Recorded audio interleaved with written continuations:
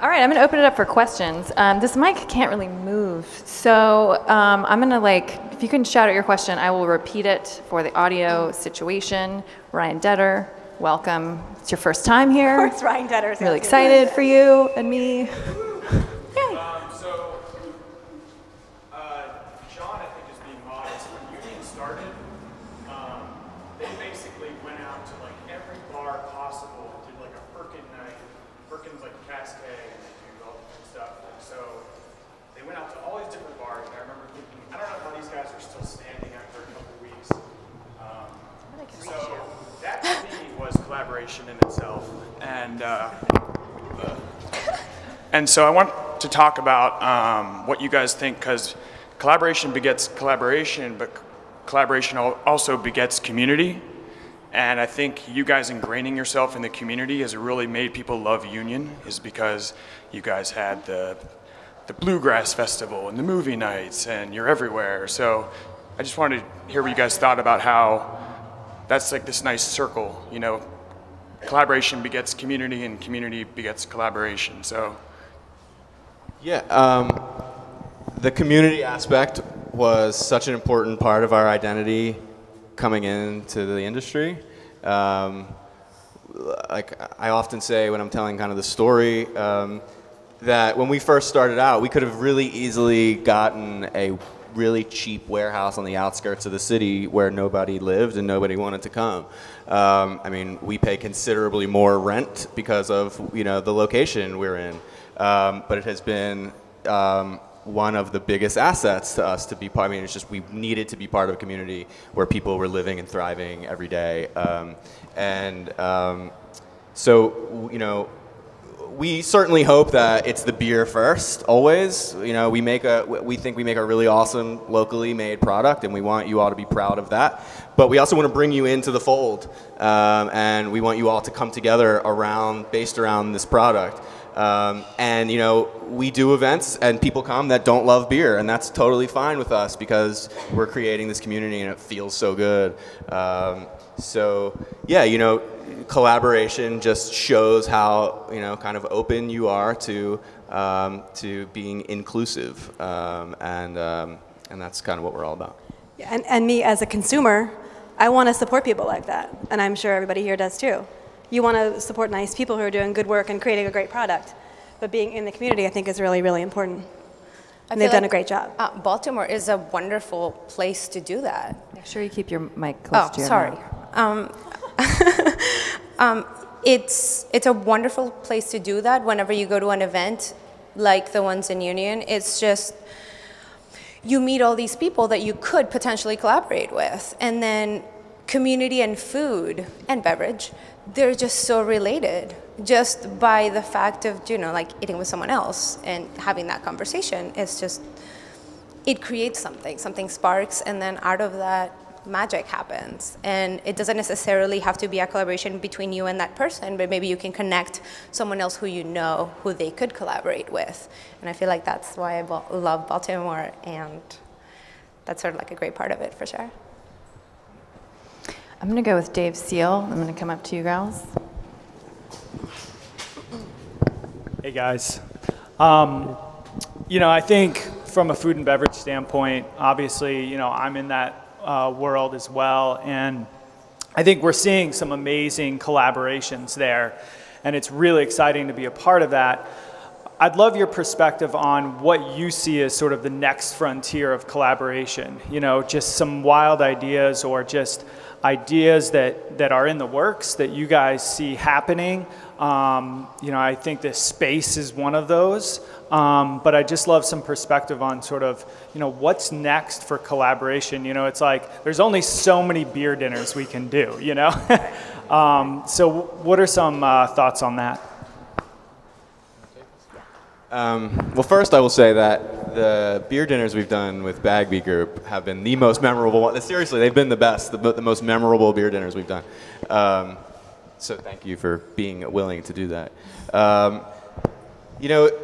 The beer industry is changing, the craft beer industry, and there's still a lot of collaboration as far as collaborative brews go with different breweries and the events. I think Union is trying to look outside of the box a little bit more.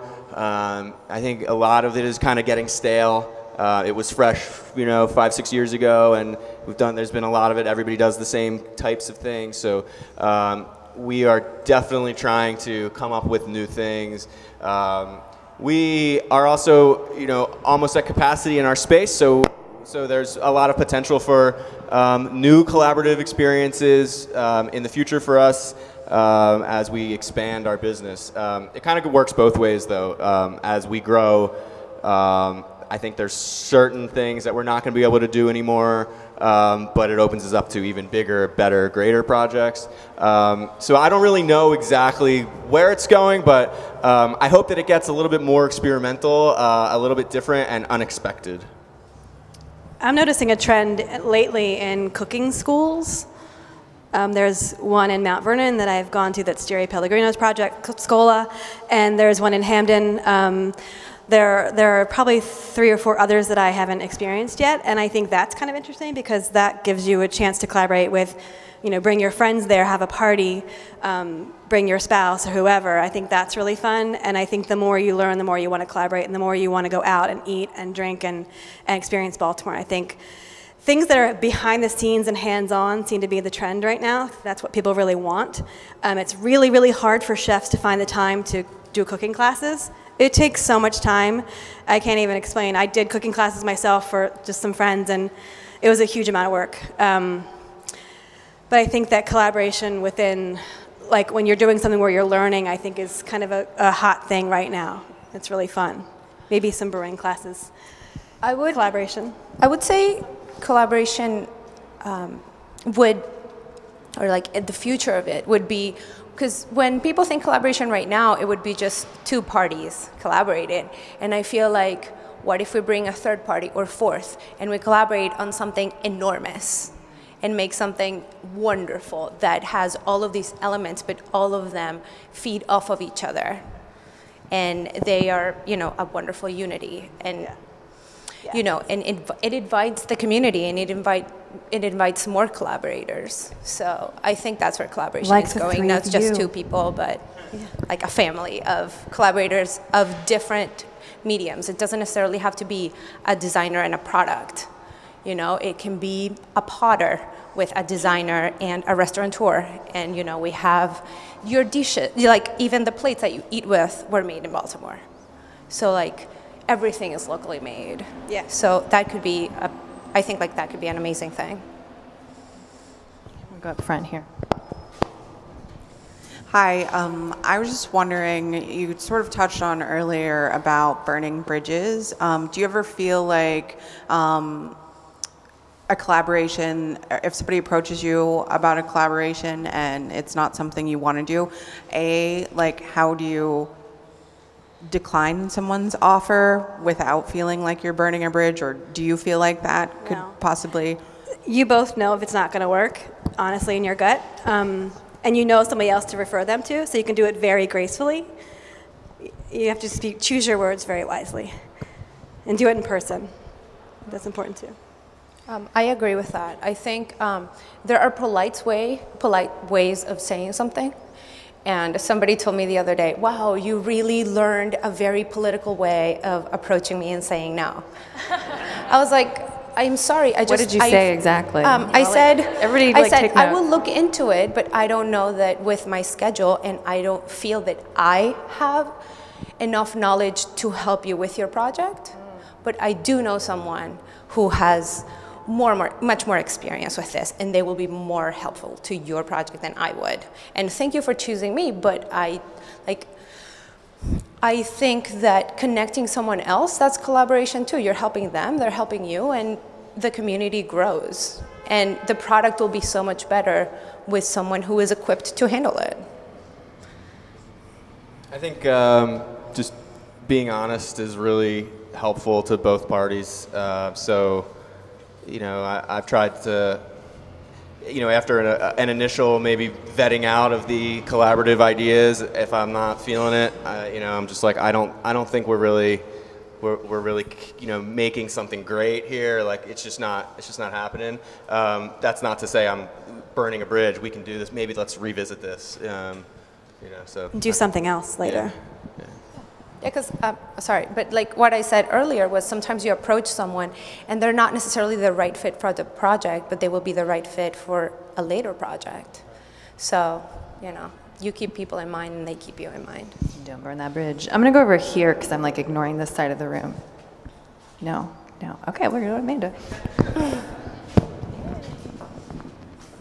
Hello, great talk. It was so informative, and my juices are like flowing all over the place. I'm Amanda Mack. I'm a health and wellness author, and I think my question is for you, Amy. So I've not always been a health and wellness author. I started in the publishing industry and entertainment with a local magazine, and I kind of transitioned into this industry. And my question is, what was your process during the transition? Because coming from entertainment, I have a whole slew of connections on the other side, and you know, this is new for me. So how do you approach, you know, starting those new connections and those new collaborations? Maintain the old ones is really, really important. I've been gone from Friends for 6 months, but last week I had 2 different lunches with 2 different alums who I'm still in touch with. Other people I've collaborated on other projects with, I've stayed in touch with, and just take every meeting you possibly can and initiate every meeting you possibly can. Whether it's coffee or lunch or whatever. Make it quick, don't spend a lot of money, is my most important advice to you when you don't have it, when you're quitting your job. Don't do lunch at Petit Louis every week. I mean, I like that place very much, but you know, do coffee somewhere or meet at your house, or you know, do things that are conducive to a meeting that don't feel too businessy, you know? But just put yourself out there and just Facebook, Instagram, all that stuff. Find your balance of enough sharing and not too much, because no one wants to be friends with you if you share 27 times a day. No matter how interesting you are, we really don't want to have that. But just contact as many people as you possibly can. Hustle. I hate the word hustle has a negative connotation, but I don't think it's bad at all. I think hustle is good. Just work your ass off.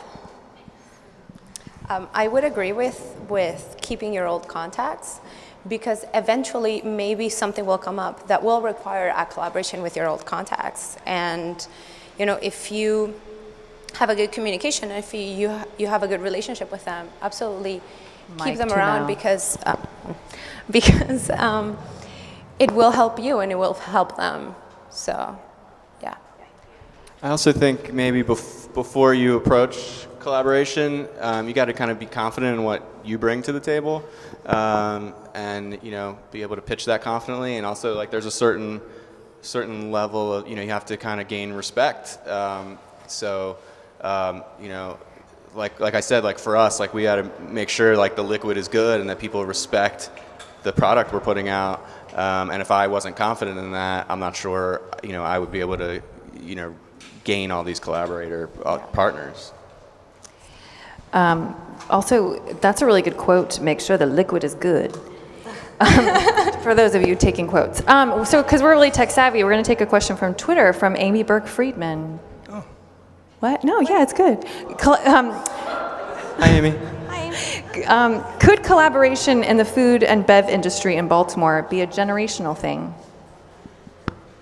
I think that's part of it. You were saying about like new energy. I think younger people are less tired, and have, you know, there are certain people in this town who've been doing what they do a really long time, and you get tired of it and you don't want to do it anymore. You really, I know 2 people, I'm not going to say their names, but I think that the more new blood you get into anything, and new restaurants in Baltimore, for God's sake. I mean, in my neighborhood, there's a new restaurant every month, and that's good, because competition is good. I think the more restaurants there are in town, the better. And I think the younger, newer ideas combined with people who have experience and know what they're talking about is really, really important, and really could be a really strong thing. If you have somebody who has experience and somebody who has energy, put it together and it's going to work. That reminds me of when I started. It wasn't necessarily about food or beverage, but The collaboration started within a artistic nonprofit, and we started doing all these collaborations with all of these upcoming artists. And then the older, more established artists were like, oh, they're just kids doing whatever they're doing. And within a year, everybody was approaching us and being like, can we collaborate with you? Because this looks really awesome. So I feel like the people who are much older maybe are scared. They see that it works, and they see that everybody involved is responsible, and they want to put out a good product, and they want to give their best and their 100%.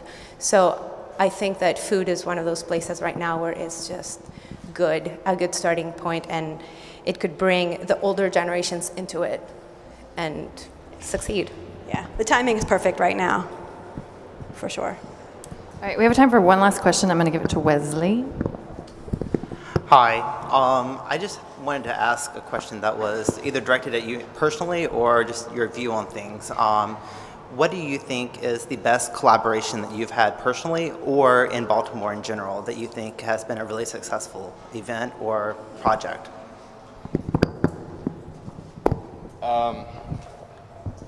Well, you know, Union as a whole is a collaborative company.